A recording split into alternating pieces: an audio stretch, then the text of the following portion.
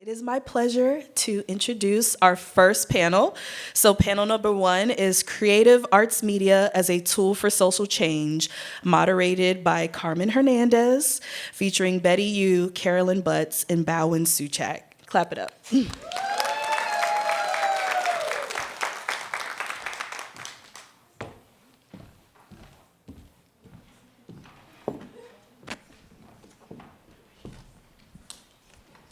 Good afternoon. I think it's afternoon. Is it noon? Yes. Almost. We're warming up to noon. So welcome, everybody. Welcome to BRIC House. It's a pleasure to share this space, to share this time with you. I'm going to say, you're a change maker just by being here. You could have chosen to do a million things or just to stay at work today, and you're out here with us. So thank you for participating. I think that, this is what it's all about. I think a little bit of synergy from that last panel in describing our current state and Earth 3 here, or Earth 2. We're living in a time when cultural erasure is being legislated. Books are being banned, protests are being silenced, and entire histories are under attack. And yet, amidst all of this, we're here. Let's clap it up. Maybe we don't need a dot. We're here, right? We are thriving, and I'm going to say that loud. We're thriving. We have managed to come together and to thrive in this community. Today's panel brings together 3 amazing visionary artists and cultural organizers. They're here shaping public consciousness through storytelling, through film, through community, data collection, youth empowerment and programs.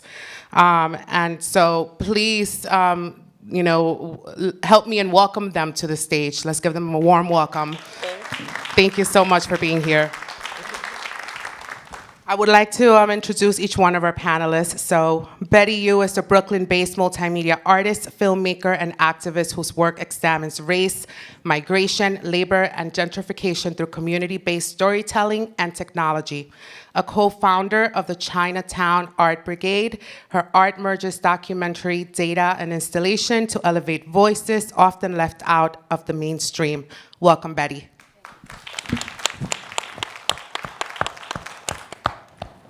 To my right here, we have Carolyn, one of our favorite BRIC partners.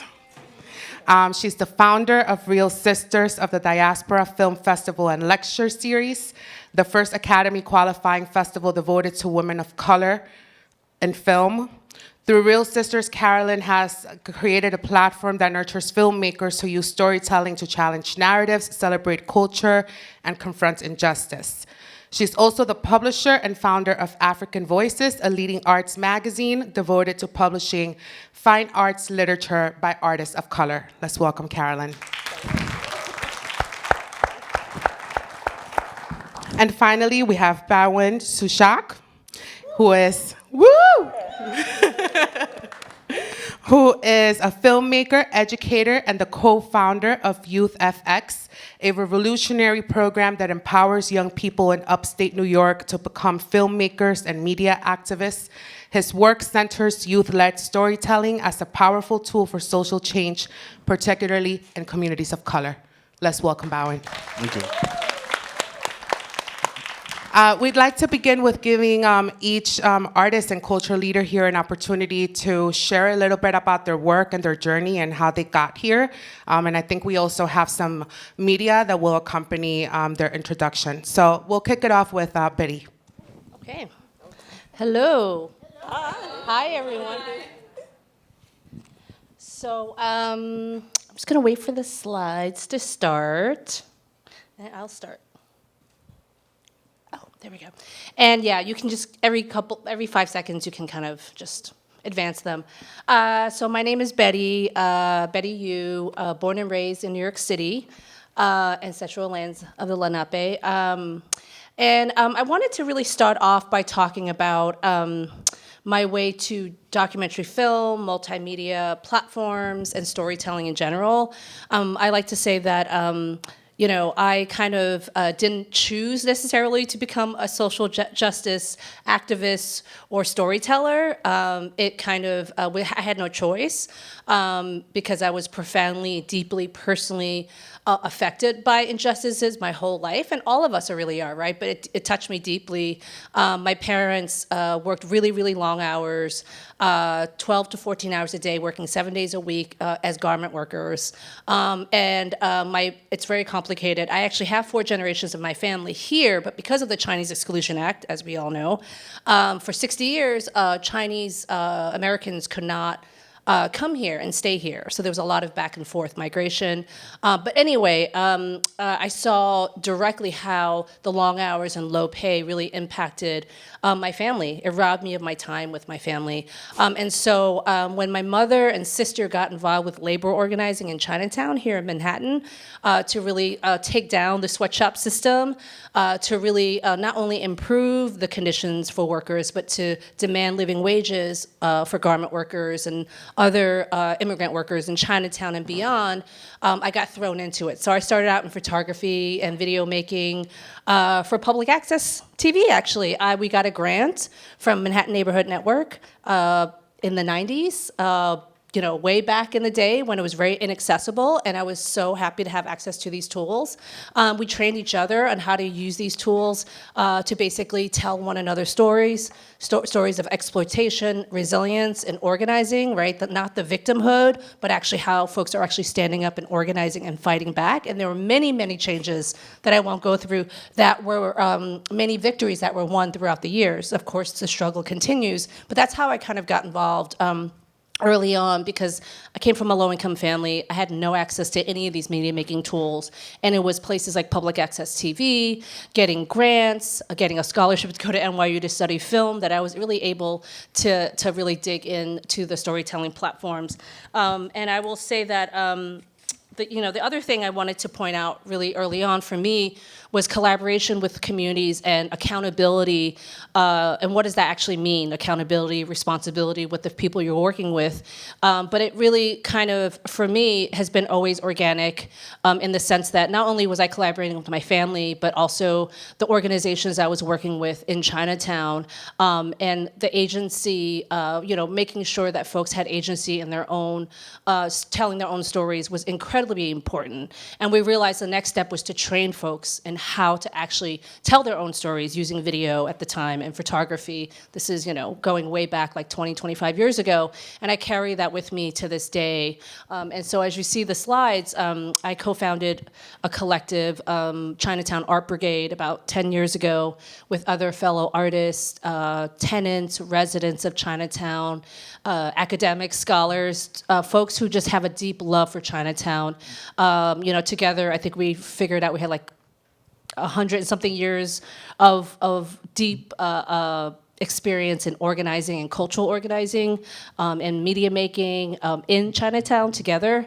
And when we founded this organization, or this collective, I should say, we were very, very, very deliberate about working with communities who were in the front lines, who were directly impacted by issues, right, of injustice, and particularly to use media as a weapon, not just for storytelling and not just to work with folks to tell their own stories, but also to expose, right, the system, vulture capitalism, you name it, white supremacy, exploitation, labor exploitation, and particularly a group that we have been working with, they're called Chinatown Tenants Union, and they're a 20-year long collective that's a group within CAV organizing Asian communities. So CAV has been around for 40 years doing pan-Asian organizing around all kinds of issues. It actually started as a group doing solidarity work against police brutality of people of color, and also fighting police brutality of Asian Americans. And now they've been doing a lot of housing justice work, tenant organizing work, because in Chinatown, as you probably know, after 9/11, it became a playground for real estate, the Lower East Side in Chinatown. So anyway, we've been working with low-income tenants who are mainly monolingual Chinese-speaking, many of them who are undocumented and some who are documented, but the conditions are absolutely terrible that many of these tenants are facing. producing. And so not only are we collaborating with them through story circles, mapping, video production, photography, using new media, as you can see, using augmented reality to tell their stories of places that are no longer there, doing a lot of the memory work of like actually calling in the spaces that are no longer there because they look like hotels, right, or commercial galleries. But these were mom and pop places. These were institutions that were really critical to the community. And so we've been doing that for the last 10 years, and also through projections. We've been doing evening projections at night on walls, right? We're working very deeply with them to produce the material, to project, to tell the stories using mobile technology like augmented reality, creating tenant, know your rights videos with them in their own languages, in the 3 main Chinese dialects. And so I'll just kind of end off there in introducing the work. For me, I'm really, it's a very depressing time, but also it's a really exciting time also to be doing this work in the intersection of cultural organizing, community building, and resistance, right? Because this is our charge at this moment in time, and I know we're going to get into it in our conversation. So thank you very much.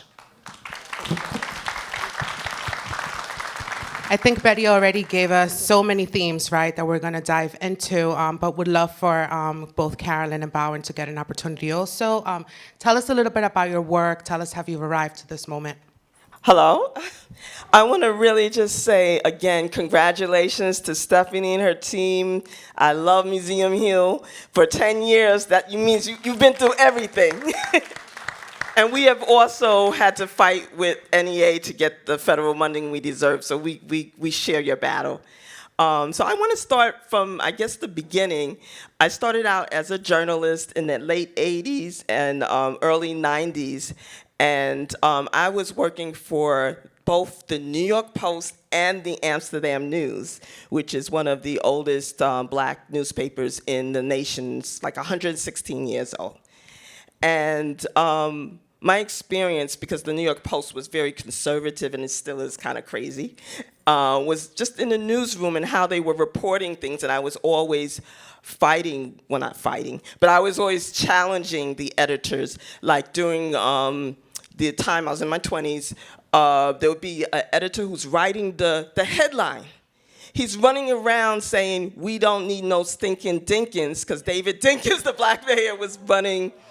Yeah, and just little things like there was a reporter, Pamela Newkirk, who later went to Newsday, and she was saying, this is a wrong way you wrote this quote. It's incorrect. If you're gonna do that, you need to take my name off of that story.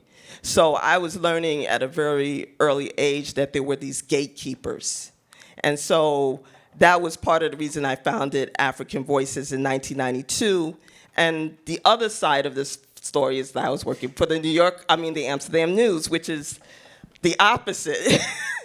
The Central Park jogger case, it was the only newspaper that was out there saying these young boys did not do it. Look at the evidence, it's not fitting. And then later, Ava DuVernay made the story, and we know the truth.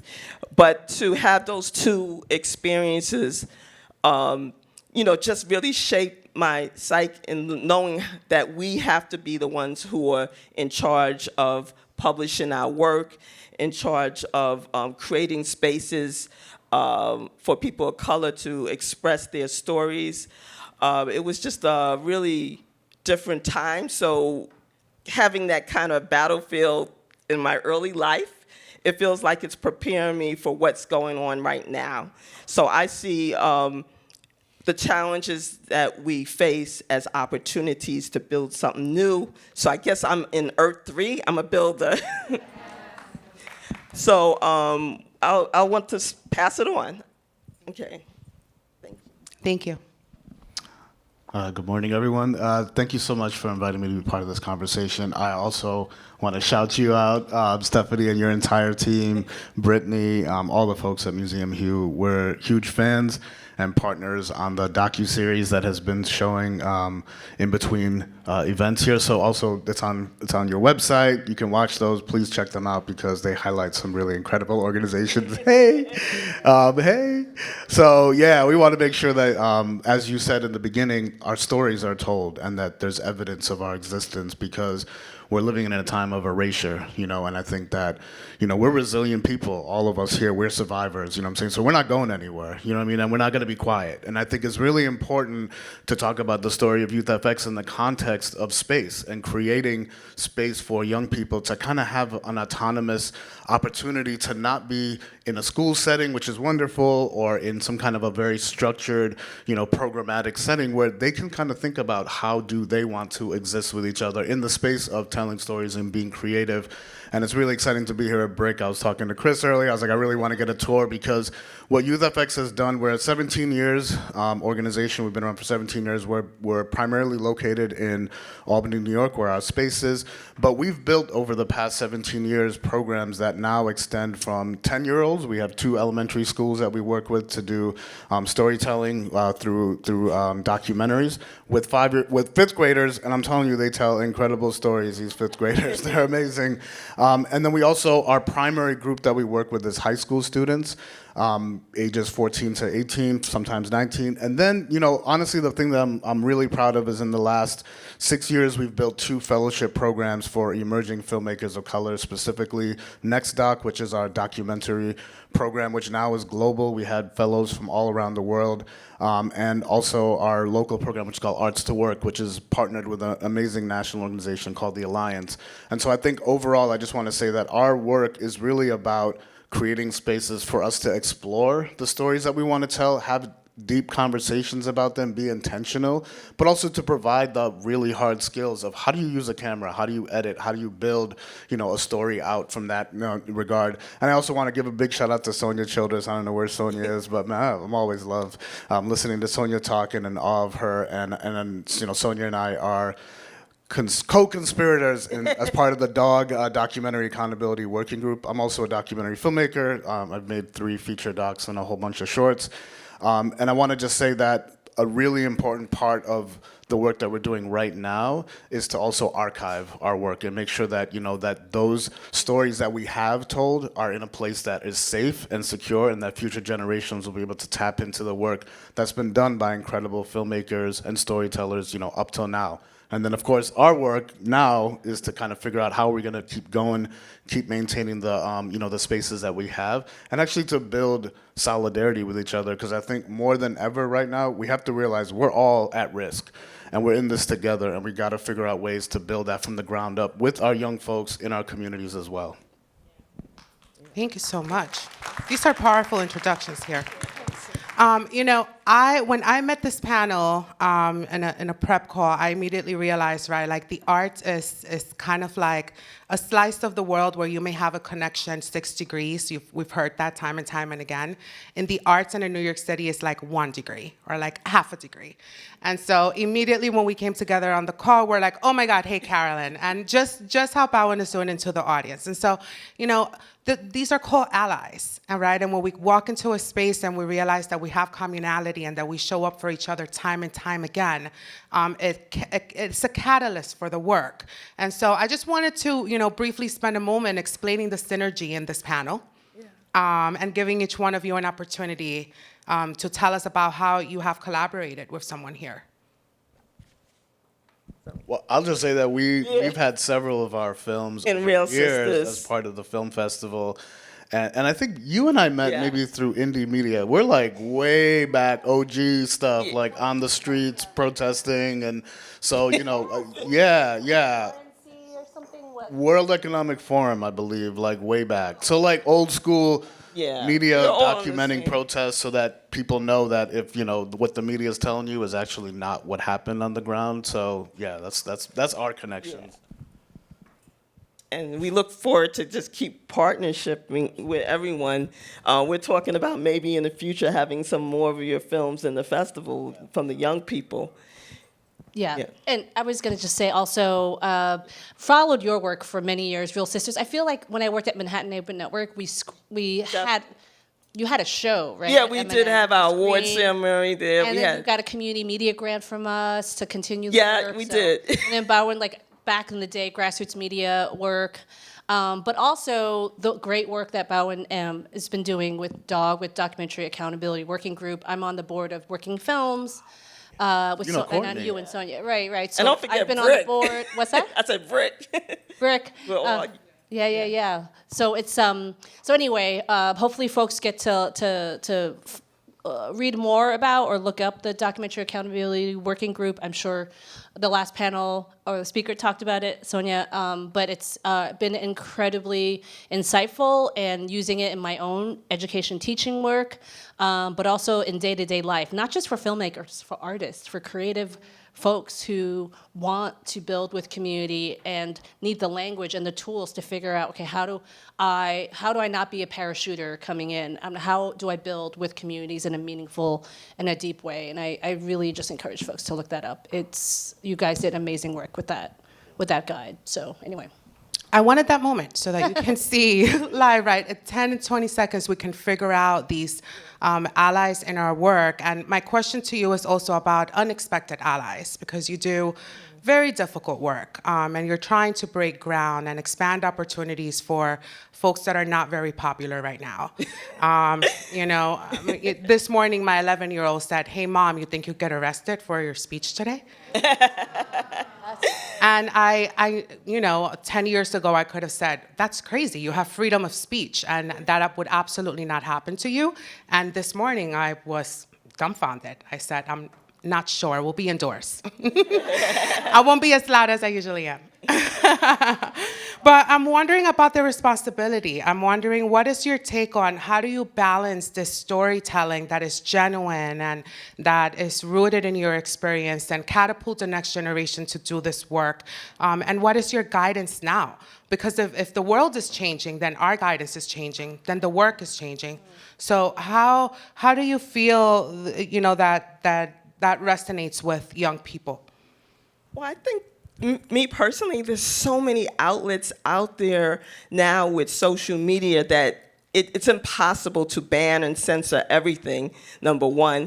And number two, I'm just asking people to also go back to investing in personal libraries. So you see a book out there, go to your independent bookstore. They often have books that, about our community that may not be in a mainstream store because, like you said, there's now some censors going on there. And also just keep creating those spaces to have your voice out there and find a way to distribute it through channels like us. And I just wanted to say, in the 33 years that I've been publishing the magazine, also 28 doing Real Sisters, I have actually never had anything censored because we tend to work with spaces like BRIC and Center for Fiction, spaces where it's open and we could say what we want. So I think owning our space and having agency with other local organizations will keep the voices alive and going. Yeah, I mean, I will just say, like, working with young people, they do not bite their tongue. Yeah. And they want to speak about the things that they're seeing and they're witnessing. And, we've had several instances where students are coming to our space for after-school programming, and they're frustrated with something that happened in their school, and I think that one of the things I think about is not necessarily just like the sort of top-down censorship from like a higher kind of level like the federal government or FCC, but I think about the way that we have to be careful to not censor each other and censor the things that we're talking about, and also kind of like dismantling this idea that there's like a hierarchy of oppression, you know what I'm saying, and that we are all, again, we're all at risk. Every one of us has targets because we are creating work that is counter to this white supremacist agenda that's happening in this country right now. And I think, when when we talk about things like the genocide happening in Gaza, and we talk about what's happening in the African continent with the Congo and with Sudan, and having the ability to bring those conversations to young people, because they know it's happening, they see it around them, but they don't have the spaces to work through, what does that mean? How does this impact me? How do I kind of like navigate this intense barrage of visual media and auditory, everything that they're receiving when they just look at their phones, and process it and not just be debilitated by it? Because I think that is part of the agenda, is like just debilitate you with a unfiltered flow of information. So this idea, we live in the age of information, but it's created more division. It's created more authoritarianism. Why?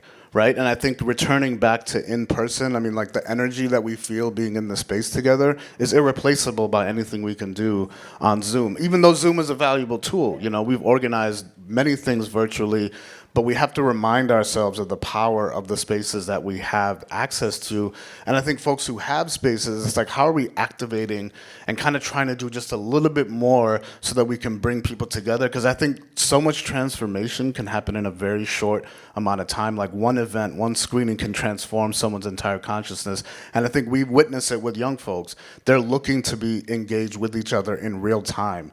And I think that in a way, like I think about, like, for example, like AI, like this whole, like pushing this AI agenda on us, and we know as artists, like, AI is thievery. You know what I'm saying? Like, it's just what it Thank is, you. straight up. It's like it is stealing copyrighted IP material, and there's a reason why a couple weeks ago Donald Trump's administration fired the head of the Copyright Office. Like, you got to pay attention to those dots being connected, because there's a reason she released a report, a big, massive report that was completely buried, about AI and how that it's not fair use for massive billion-dollar companies to use our artistic, it's like our artistic products to make their janky-ass Google VO shit. You know what I mean? So sorry. I'm sorry about cursing, but it really it's upsetting to me, because I feel like they want to really indoctrinate, specifically young people, with this idea that these AI, components of art are actually legitimized. And the reason they want that is because they're going to make billions of dollars off of these things, while we're going to be left jobless and without actual true human connection through our art. Word. Can I give a concrete example? I forgot, I failed to congratulate Stephanie and Museum Hue. I'm so sorry. For your 10 years. I want to give a concrete example, right, of challenging this myth, I really think, right, of that the stereotype that this younger generation is apathetic and does not want to become politically engaged, right? I mean, what we're seeing, in the last 20 months, or more now, a year and a half of folks organizing, right, against the genocide, right, in Gaza. That's a very concrete example. But even to make it more concrete, a Chinatown Art Brigade, we have been fighting the building of a jail scraper in Chinatown. It's going to be the tallest jail in the world at 40 stories. The whole myth of Rikers Island closing, we know that's the most. It's been the most egregious place of treatment of inmates, right, in the country. Rikers. People have taken their lives. People have died in the hands of correctional officers, and so on and so forth. They were supposed to close, and the idea was these 4 jails in the city were going to be humane, to make it accessible for people in the city, all this bullshit, right? Like, they said, oh yeah, we're going to have UV lights so that it simulates kind of like daytime and whatever, therapy, wellness, blah, blah, blah, right? All that bullshit. So they broke ground about a year and a half ago to build this jail. Nobody wants it in the community. The split in the community, to be real, there are NIMBY people who are like, not in my backyard, right? Which, it comes from a very, very, very insidious place, which is rooted in anti-Blackness, and we have to challenge that in the Asian community, the East Asian community. I'll just speak for my own community. It's really deep. And so they say, oh, well, crime and property values and all this stuff, right? So the NIMBY people are in an uproar. Then you have young folks like who are really coming to this work from an abolitionist framework, very clearly, right? That people really, this is not a way to rehabilitate folks. This isn't, this is not restorative whatsoever. You cannot put people in cages. People do not belong in cages. And so there's been this kind of internal kind of beef, right? So this jail, we don't know if we can stop it. But what Chinatown Art Brigade, last fall, we had an initiative where we decided to take over a storefront. And it was across the street from they call it, I forget now, the borough-based community engagement office, right? So the idea is that you can go in there if you have questions about the jail, and they're going to convince you that it's really good for the community and all this.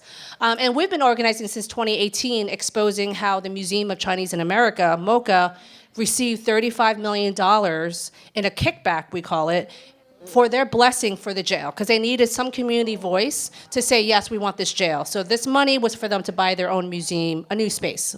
This is 2018, 2019. So we've been organizing that for a long time. Anyway, we rented a storefront across the street from their engagement office for the jail, and we basically mimicked the sign, but we called it the Department of Abolitionist Futures. Anyway, the sign looked exactly the same. There was a picture there, anyway, that you could see. But what we did was we were also very clear, not only connecting the dots around abolition and gentrification, but clearly showing solidarity with Palestine. And that was really, really important to us because issues around land, there's too many parallels, right, to point out.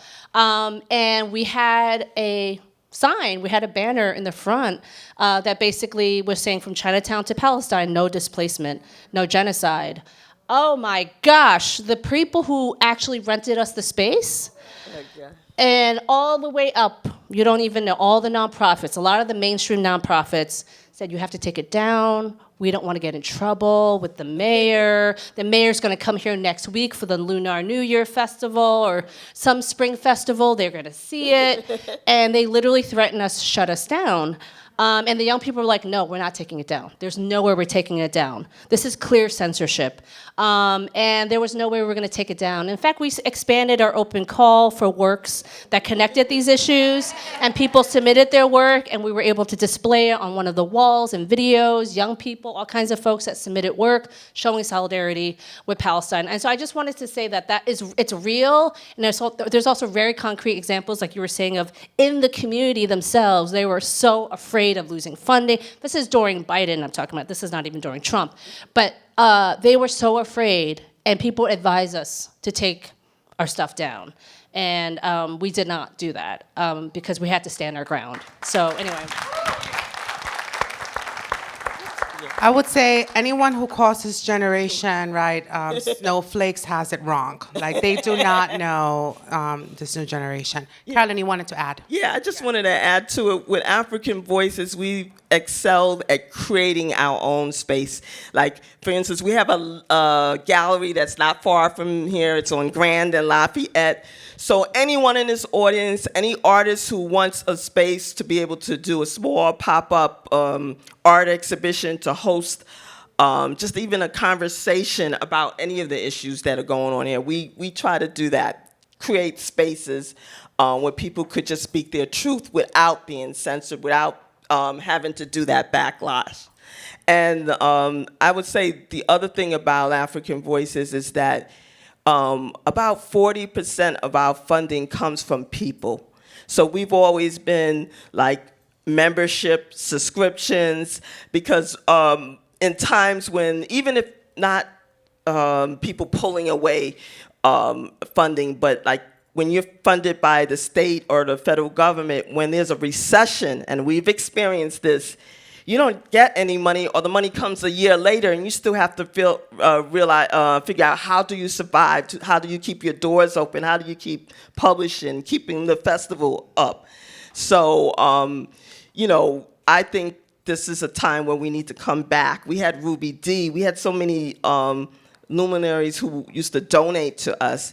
And right now, I've noticed the celebrities, they have their own personal charities. There's like a disconnect between the local community and, you know, the organizations that are doing the work, and connected to the people. And I think that somehow we need to find our way back to in the 90s where we had that connection to each other, where people are supporting each other directly. So I think that's what I see hopefully coming back. Yeah. Did you want to add? I mean, I think as far as like the sustainability aspect of it, one thing that we've done is we created a production company, and that's who worked with Museum Hue on this series. And what that's also done is created kind of a pipeline and a way for our program to extend beyond the high school age. And then we did the training program, and now those young people who go through the training program can work on these productions and earn income. So not only is it diversifying the way that we're generating revenue, because we know that grants can be, as we've talked about in the first panel conversation as well, they're not always guaranteed, and we don't, kind of like we don't want to just be reliant on that at such a high percentage. And I think the other part of it is bringing events to the space and finding those ways to build the connection and visibility for the multiple things that you're doing. So you might come to something as a film screening and then learn about all the other things that are happening. So I think just the activity, and then the other thing is thinking about those productions as also an opportunity to expose the young folks to all the different, for example, them coming to see the spaces that we documented was completely mind-blowing. I mean, to come and visit you all and see the museum and see the work you're doing was so inspiring for them. And so I think there's all these kind of different ways that we've tried to build in sustainability, but also make sure that it's also a way to deepen our relationships. Yeah, and to that, relationship building, sometimes or most of the time, space has everything to do with access, right? And especially in New York City, where real estate is the biggest commodity, if you're an artist, you need space. If you're a creator, you need a room. You need community. You need a resource. We don't create in silo. I think that this opportunity to create a pathway so that our history doesn't get erased. So what is it that we're doing with, the next generation and giving them the tools and then guiding their messaging so that is strong, right? It's coming from our community. I wanted to ask you, Carolyn, a little bit about what do you see, maybe this is a fun question, not a fun question, we'll see. But what do you see as like common threads from creators right now? Well, I think a lot of the creators right now are doing like a lot of their own thing, it seems like. I have a young, I don't know if he's here, Enoch Nacklin, who's gonna be joining. He's a podcaster and he's in college. And so he just goes around and creates like little personalized stories about like a sports team in Harlem, and historic art museum in Brooklyn. So he does stories like that. So I see like a lot of creators are like just going after very personal stories about just storytelling, like if your life. So I think that's a good thing that creators are doing, is that they're archiving, they're documenting stories of people in the community. And then your work, Betty, is all about data, also, not all about, but a big part of it is data collection. And then it's really about making that data digestible and then putting an action into an impact. And so I'm wondering, how do you mobilize all these communities that you've spoken to us about? What is a couple of tools that you're utilizing?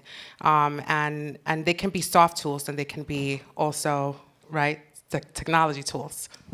Yeah, I think for us, Chinatown Art Brigade, a lot of the data collection, I guess, that we're doing is in the form of stories, and that I think that people often want to see the numbers, right? They say it's all in your head. It's just gentrification that's happening, right? It's just evolution. You just have to let things play out, It's this idea of kind of the gaslighting that happens often, that you're not really, what you're seeing happening and experiencing is not really happening. And so for us, it's really data through stories, I guess. And so when we started out working with the Chinatown Tenants Union, it wasn't only just stories, but also collecting, stories through mapping. So a lot of the strategies we've used is, community mapping, story circles, talking to folks about, I remember we had a few sessions at the Chinatown Tenants Union office with members trying to jog their memory of places that are no longer there, and they've been replaced by hotels, and they've been replaced by condos, right? Commercial galleries, right? That erasure that happens in a community when gentrification hits really hard. And I have to say, in particular, artists are often used as sort of the vanguard to gentrify a neighborhood, right? And we know real estate developers use this tactic to pit longtime residents against artists, creative workers. And often people fall into that trap. I know everyone needs housing, right? But how do you become a steward then? A steward, there are ones that are just assholes, right? They're not going to do anything, but there are those that will listen. And so I think for us, when we do our work, whether it's through projections or the new media augmented reality project of telling stories, we are also trying to reach those gentrifiers. Like, first and foremost, it's the people in the community, right? To build up our power, to build up our grassroots power to really fight for change, not only in City Hall, but beyond, right? So there's that, of course. Secondary audience is, of course, the policymakers, right? To make change, to protect our neighborhoods. But also, it's the gentrifiers. It's not just white folks. It's, a lot of them are white. There's some people that look like me who are gentrifying my own neighborhood, right? It's not just about, right? It's about income, and it's about class. But to show them that this is actually really happening. These are people's lives, because when you see a data sheet, there's no human beings behind it. Usually you don't think about an actual story. But as folks here, of course, know, storytellers and documentary filmmakers and producers, that when you put a human face on it, it becomes real. And so for us, I think that to constantly put a human face on it, and everything we've done through telling stories of tenants who are in danger of losing their homes, who are being gentrified out of their neighborhoods, that's first and foremost. So I would say that story speaks for themselves, but then how do we make it accessible, not just to not preaching just to the choir, but beyond the choir, because that's really how we're going to convince folks, right? Like, we're all in it, but how close to the fire are you, right? Are you further away or closer to the fire? And the frontline communities are the closest to the fires, but you are also in the fire, so what are you going to do? Because you're going to get gentrified out soon. Your gallery's going to it's going to become a big box store. It's going to become Soho, right? So how are you going to be in solidarity with us who are in the front lines? So that's how we use data, right? Kind of in this way, putting a human face on the issue. The notion that you mentioned really resonates with me about arts being, elite and being for another class, and that as soon as you see an artist, you think of someone that has a different accessibility or luxury than you do. And that speaks to education, and that speaks to, again, accessibility of education and of the tools that our kids need to become the creators and continue our stories.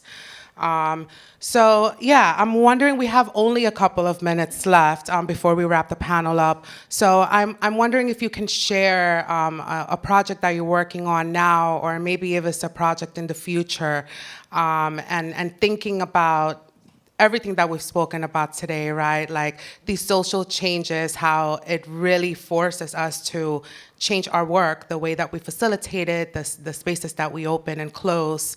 BRIC is never closing down, by the way. So how do you do that? What is your next step here? Well, we have this STEM program called Storytelling and Architecture, and we were doing that for 10 years, where kids were teaching, learning about their community, like the Schomburgs and the different Weeksville, different institutions in the community, and then we brought the storyteller in to help them shape the stories. But then we had our architecture profession professionals come in, and they were creating buildings. So they were creating works that were connected to the community, because in the architecture profession, it's like less than 2% of architectures are like people of color. So we just wanted them to get that ownership. So I'm hoping that in the future that we will revive the program. It's very popular, and bring it to Brooklyn. We had to, kind of put it on the shelf because of COVID. So that's something that I'm very excited about, is the aspect of teaching young people how to build their communities and the connection between the stories in their community. Yeah. Contact for you. Oh, yeah. Thank you. You could contact me at, thank you, africanvoices.com. You could email realsisters@yahoo.com. Great. I'm going to be emailing you, because I got someone I want to connect you with on that architecture. I'll just speak to a couple of quick things that are happening right now with Youth FX. We have our summer program coming up, which is a 6-week program where the students get to be together, build a community, and then actually make films. And those are narrative films. We do a lot of the documentary films throughout the rest of the year, because they're actually together every day from like 10 a.m. to 5 p.m. It's a paid program. We recognize that young people who are producing work should get some kind of compensation, even though they're youth. And so, we do that as well. But the thing I just wanted to touch on is, I think the space for young folks to be in, where they're able to kind of have the opportunity to take chances, take risks, just be wrong, be in community with people that are not going to shut them down, or see critique as something that is something you need to be afraid of, but actually as an act of love and care, that I care for you as an artist and I'm going to give you critique. But also to center, joy and laughter. We laugh so much and we have so much fun, because it's like, if you need to center this joy, love, and care in our work, because it's a reminder constantly that this is what we're fighting for. We're fighting for the ability for us to have the sense of freedom and liberation to create and to ideate something and not have that be stamped out because there's not enough money or there's not enough time. And I think one of the things that's so important for folks who are working with young people is to really just be listening, and listening, not just with your auditory listening, but visually. What does the space feel like? How are people kind of holding their faces when they're in the space with you? You know what I mean? Are they open and alive? Because for us, the ultimate thing is way less about the product that's created at the end of the process, but it's about what happens in that time, and how are we actually feeling that energy. And so many of us who are artists here probably know this feeling, where it's you kind of get to the end of a project and it's you don't really actually, you kind of miss the process that got you there. And it's you want to reconnect with that energy, you know what I'm saying? That kind of synergy that happens between you and other people you're in collaboration with. So we want to kind of provide space for that spark and that energy to be present for them, because I think that's what we return to, you know what I mean? And then how do you take that energy? And actually, even when you're doing, the screenings of the event, of the films, for us, it's really important to do public screenings so they feel that love and feedback from their community. So I think for us, it's really, at this point, we're actually trying to find a little bit 10% more energy and do 10% more and take away 10% that is kind of the transactional bullshit that we spend a lot of time on sometimes, or overthinking, and what is the stuff that we want to build on. So I've been encouraging people that partnership you've been wanting to initiate, this is the time to do it. That community organization you want to collaborate with. What we've done is we started to build collaborations and connections with organizers who are doing work, for example, the New York Immigration Coalition, folks who are working on youth justice issues. So all these different organizations, the Palestinian Rights Committee. There's actually a birthing group in our area that addresses Black maternal health and looking at how can we show documentaries and bring people into the space to have conversations about the film that move all of us a step forward, because we're now saying, oh, if I want to get involved, I know the people now who are actually doing the work in the community. Because I think Sonia said it, it's organizers and filmmakers, we're kind of doing a lot of similar work, and I think we have to just figure out ways, like what you're doing, Betty. It's that work, it's not that hard. It's just a matter of like, it's not always something that's money. There's no transaction in that, but there's something even more powerful, and that is that feeling of solidarity. Because again, this is that moment for that. We can't wait any longer to kind of build that bigger tent that we need to all be kind of getting under and getting together to fight this fight that we need to be engaged in. How do people contact you? Oh, yeah. So our website is youthfx.org. We are also at YouthFX Film on all the social media platforms.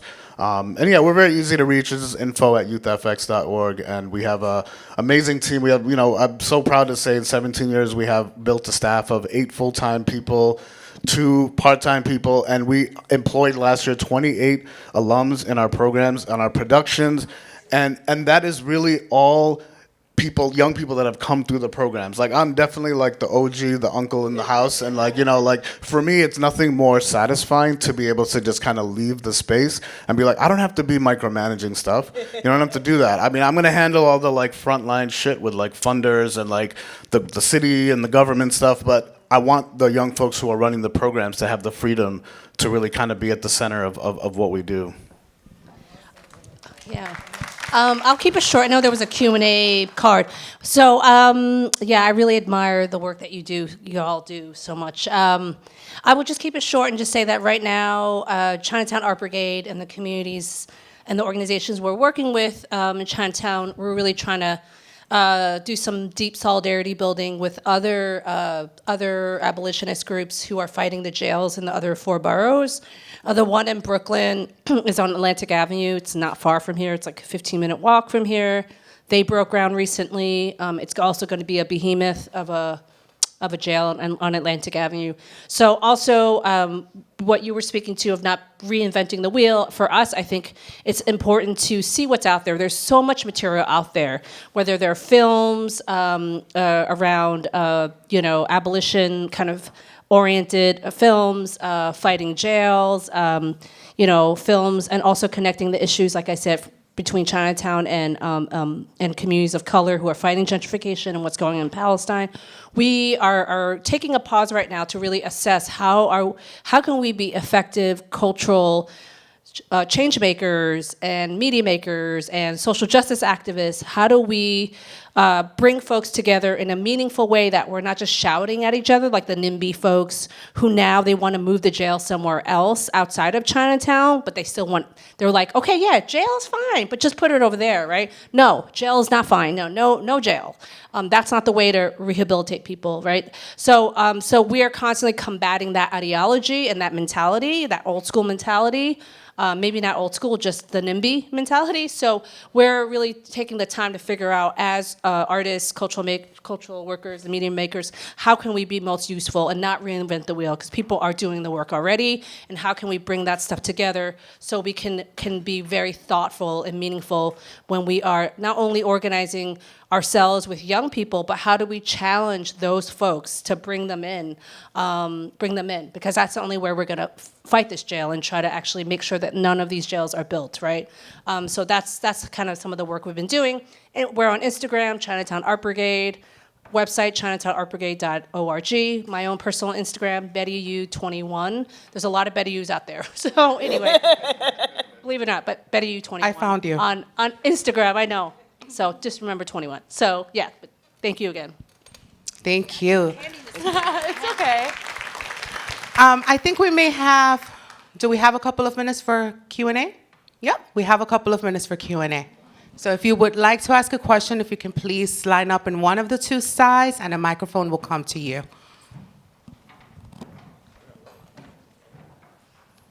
Oh, that's good.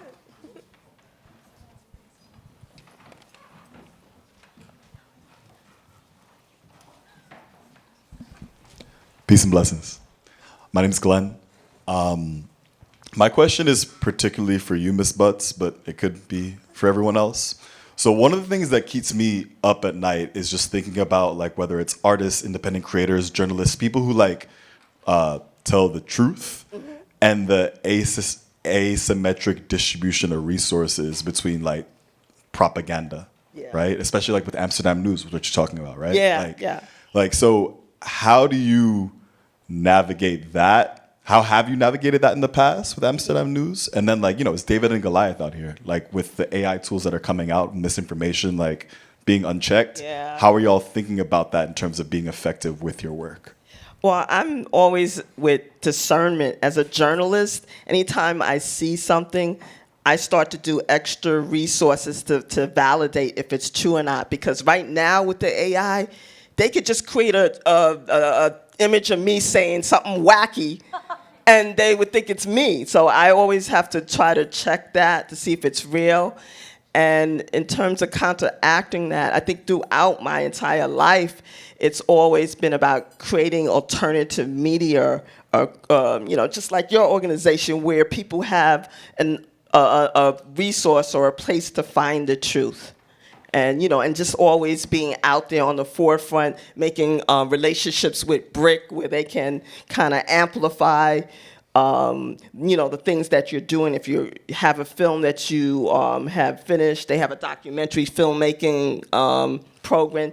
Just searching out organizations like Makata Center for Fiction. There's so many different organizations doing really wonderful, African Voices, doing wonderful things that is, to me, the antidote of just keeping the truth out there, keeping your focus. So I hope I answered your question. Thank you. I have more, but we'll talk after, Okay. hopefully. Hi, panelists. Thank you so much for the lovely conversation. My name is Rujan.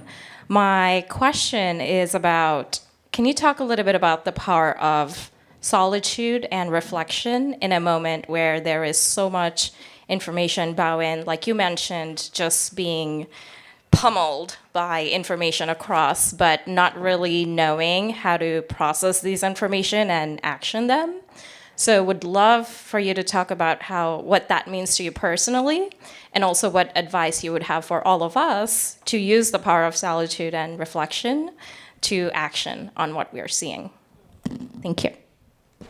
Yeah, I mean, it's fine. I'll speak to that very personally in the sense that I just came from a week-long closing retreat for our Next Doc Fellowship, and we found this really beautiful partnership with this farm actually and they grow cannabis. So they're up in Vermont, and they were so hesitant to open it up to the public. So that's why they've only partnered with small arts organizations. And we were in the middle of nowhere at 1,600 acres for the last 7 days with 10 fellows who, again, are a cohort of Next Doc Fellows. We've been with them for a year. And when we started last June, everything was so intense, but we're coming back and it's even worse and it's even more. And we actually spent a week, and it's so quiet, and so many of them live in city centers. And I think part of it was, you even have this feeling of do I deserve to kind of be in retreat? Do I deserve to kind of just I can't opt out. I gotta be engaged. But I think we have to remember that we need to energetically refuel. We have to understand how to sort of calibrate our feelings, and when we are at capacity, we're not effective, and we're gonna just head for burnout. So I think it's how do we build that in? One of the things that we do at all our youth programs is we do mindfulness and meditations as part of the beginning of the day, and it's so simple. It's 2 or 3 minutes. It's nothing heavy, but just to introduce the concept of listening to your breath and taking a moment to actually pay attention to the fact that we are breathing, living organisms, and we're not just machines that are being kind of moved around the world to do tasks for some bigger, kind of global corporate fucking capitalist enterprise, right? Which is sometimes how you just don't remember that, And so it was really beautiful, and we had such a special weekend. We even saw the Northern Lights. And it was completely unexpected. We were really high up in Vermont, and because it's so isolated, it's literally pitch darkness. And we started seeing these rays of light in the horizon. We're like, what is that? And so one of the fellows was like, I think you can see the Northern Lights. And so it's this magical experience of just reconnecting also with the earth, and how are we, even though we're in city spaces, actually thinking about that and foregrounding that. And I know it can be really hard, but I think it's carving out that quiet space. Because I will say that I know one thing is young folks, a lot of them, they don't even know how to function when it's quiet. They get real fidgety, and so you do have to kind of teach that in a way. And I just have to say, it's 100% so important. One of my biggest tools that I have personally is to take walks. And to just take a walk so that I can just kind of recalibrate myself and my body and just be like, okay, I can go back to the work now because I've had a sense of like, kind of quiet for a moment. And yeah, I love that because I'm the same way. I mean, I have a garden community in Bed-Stuy, so I would just go there and start working on my garden. But I also love traveling all around the world. And one of my favorite places is in Mexico. So when we had that election in November, I said, I'm going to do a personal retreat. So I voted my vote, and then I flew to Cozumel, and I stayed there for a whole month, or actually in that area. And it was just so beautiful. At one moment, I was in the water, and there was just like fish and pelicans and humans, and that whole moment of just being at one with everyone. It was just so peaceful. And I said, if this life could be like this every day, we would all, have abundance. We would all just, just be healthier in our spirit and our minds. So I advocate art, reflection, and whenever you need it and you can't find a time to just take yourself out of where you are, like you said, take a walk, go to the park, or just create your personal retreat, a weekend, go to someplace, go to Italy, go to, Spain, just go someplace. If you can get to those places, BRIC Lobby is a great place to work. The BRIC Lobby is open, it's free. That's true. Sometimes we have coffee. We always have water. Just wanted to mention. Really good coffee, actually. I remember when I lived in the neighborhood, the coffee kind of make you a little jittery, though, actually. Yes. You look really jumpy. We are running out of time here, and so I do, unfortunately, have to close out here. But the panelists are going to be available throughout the entire day, right? Yeah? Did I just commit you to that? Can I sneak in one quick thing? Oh, and Betty is going to actually close us off. Go ahead. I just want to sneak Go ahead. in. I just want to say that I'm not very good at balance. So when we were talking about solitude and retreat, I'm not good at it. I go hard, and then I get burnt out, and I check out, and then I come back in. That's not healthy, and I want to be the one to just say that I'm the unhealthy one, that I'm trying to get better. Because maybe there are others like me who you just go hard. That's me. Because there's so much shit going on in the world. But I have to say, my 3-year-old, I'm pregnant and I have a baby coming. But also, my 3-year-old grounds me, and nature grounds me, and my family grounds me. They keep me down to earth, humble, realizing that the arts is one part of this bigger movement that is happening. And it really is happening. I know it's hard to see this, but change is coming. The good kind. I know it. It's coming. It's on the horizon. So it's Yes. Thank you so much. Thank you to our panelists. Thank you to all of you. It's been a pleasure having this conversation with you. Thank you.